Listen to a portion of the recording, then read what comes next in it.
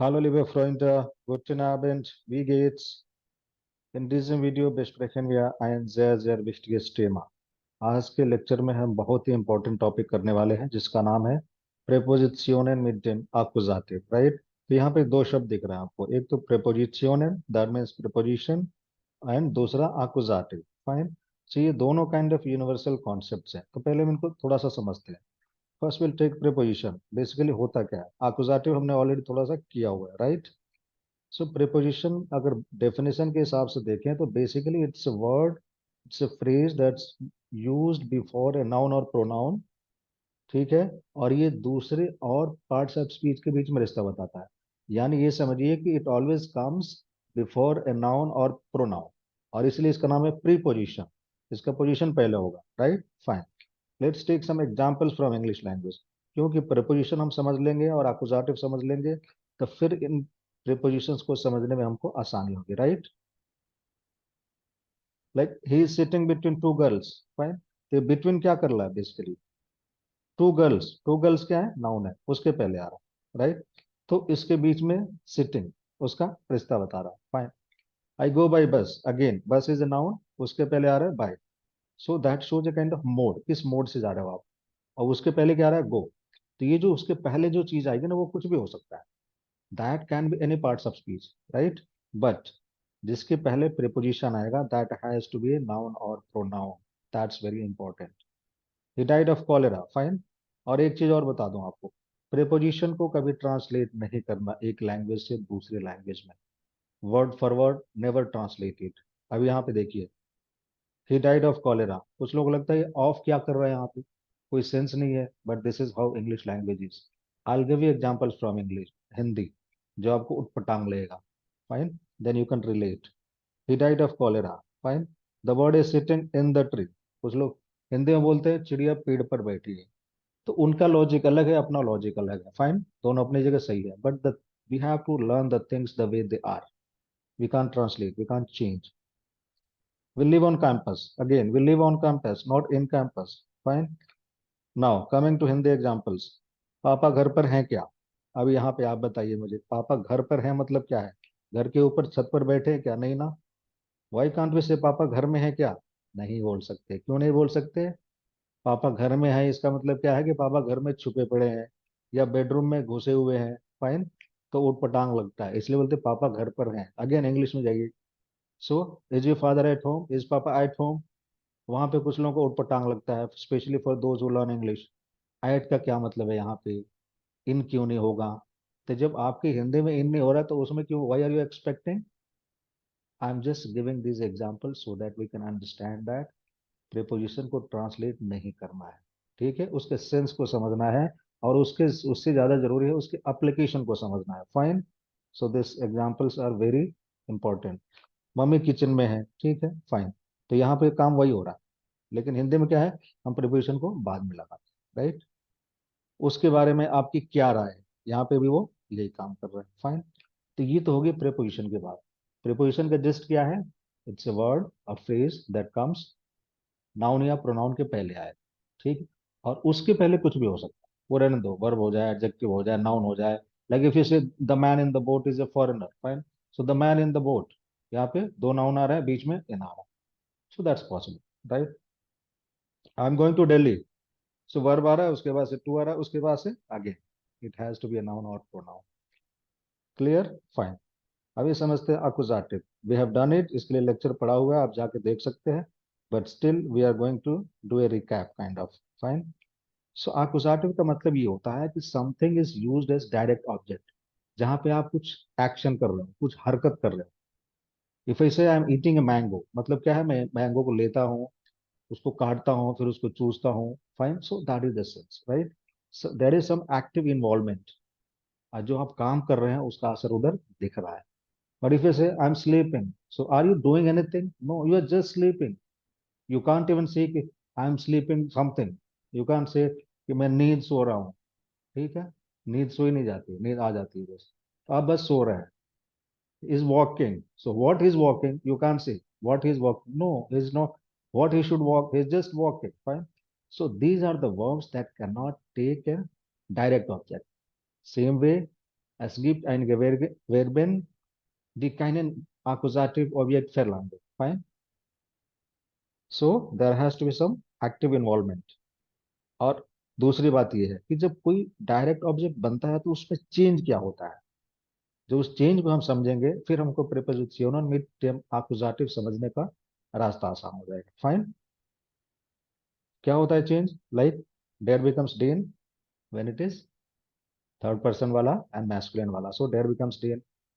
Personal प्रोनोमिन का आप लिस्ट ले लीजिए, वो भी चेंज हो जाता है. ich becomes mich, du becomes dich.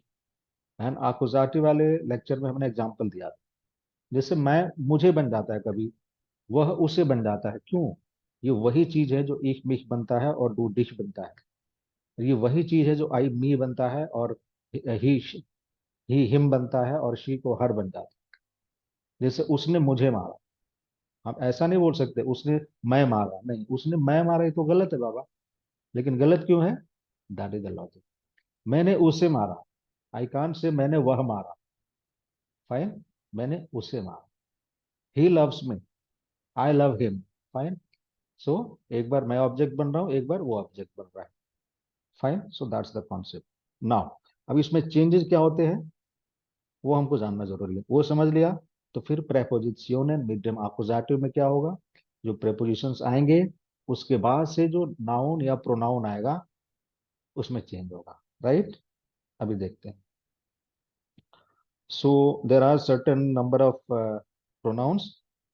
ये फर्स्ट लेसन है, इसमें हम कुछ करेंगे, अगले वाले में बाकी करेंगे. Right. So we have the first one as बिस. अभी बिस का सेंस क्या होता है? जैसे मान लीजिए आप कहीं से यात्रा शुरू कर दी, कहीं किसी पॉइंट तक जाते हैं. So in that sense it's use up to, till that point. ठीक है, ये इसका सेंस है. Fine. Again as I said, never translate prepositions. उसका सेंस को समझिए, उसको एप्लीकेशन को समझिए उसके, and then gradually it comes as you develop the feel for the language. Right. जी ब्लाइब्ड हियर बिस मोन्टाग. Such a nice example. Sie bleibt hier bis Montag. Bleiben, we have already done. Bleiben means to stay. Fine. कहीं पे रुकना, कहीं पे रहना, ठहरना. So sie bleibt hier bis Montag. कब तक? मंडे तक. Fine. अब in this case we don't use that article. So bis Montag. Now bis wohin fahren Sie? Suppose आप ट्रेन में सफर कर रहे हैं, कोई मिल गया आपसे तो क्या पूछते हैं आप कहाँ तक जाएंगे? So bis wohin fahren Sie? It is the same thing. Wohin is to where. Fine. Bis wohin fahren Sie? Fahren is to travel. Von Montag bis Freitag haben wir Unterricht. Von Montag is from Monday. That will leave. That is a different category. Bis Freitag मतलब Monday to Friday. Monday till Friday. सोमवार से शुक्रवार तक. ठीक है. So ये sense होगा. Haben wir Unterricht. We have class. Right. The next one is durch. Durch means ये उस सेंस में आता है जब किसी चीज से गुजरते हुए आप जा रहे हैं. जैसे मान लीजिए आप रूम के थ्रू जा रहे हैं, किचन से होके दूसरे रूम में जा रहे हैं. सपोज आप जंगल से होके जा रहे हैं, so through in that sense. ठीक है. किसी रास्ते किसी माध्यम से गुजरते हुए आप जा रहे हैं, so in that sense it's used. डुर्स. राइट. वी अगेन डुर्स देन वाल्ड. वाल्ड इज व्हाट? देयर वाल्ड मींस जंगल, फॉरेस्ट. वी अगेन, गेन इज टू गो. वी अगेन डुर्स देन वाल्ड. अभी जैसे मैंने बोला था चेंज हमको समझना जरूरी है. तो अब ये कैसे पता चलेगा प्रीपोजिशन में आकुजाटिव है? क्योंकि आकुजाटिव उसको बना रहा है. ये डेरवाल्ड है और ये डेनवाल्ड बन रहा है. दैट मीन्स डूर्स ऑलवेज टेक्स आकुजाटिव. डीजे preposition verlangt immer accusative. Right. So sie geht durch das Zimmer. Again, she is going through the room. Das Zimmer is Zimmer. So das में कुछ चेंज नहीं होता तो, but again this is accusative. Er geht durch die Tür. Fine. वो दरवाजे से होकर जा रहा है. Er geht durch die Tür. He is going through the door. Er sieht durch das Fernrohr. What is Fernrohr? Telescope. Fine. So he is seeing through the telescope. आपने एक जगह आंख लगा रहा है फिर उसके अंदर से देख रहा है, so it is through. Right. Sehen is to see. So इसका conjugation थोड़ा अलग है. That will do in the conjugation of irregular verbs. Right. So er sieht durch das Fernrohr. He is seeing through the telescope. Fine. So the next one is, again we are just making basic example so that everyone can understand this. अब इसके application हमेशा आपको मिलते रहेंगे throughout the German language.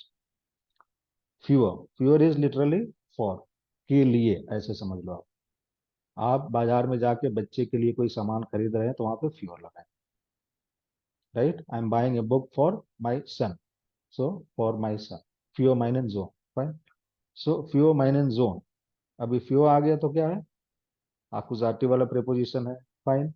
अभी क्या है, mine zone becomes meinen zone because it is their zone. Their becomes den, so mine becomes meinen, ein becomes einen, right? Fewer meinen zone, kaufe ich eine Hose. Hose is trouser. That means I'm buying a trouser for my son, right?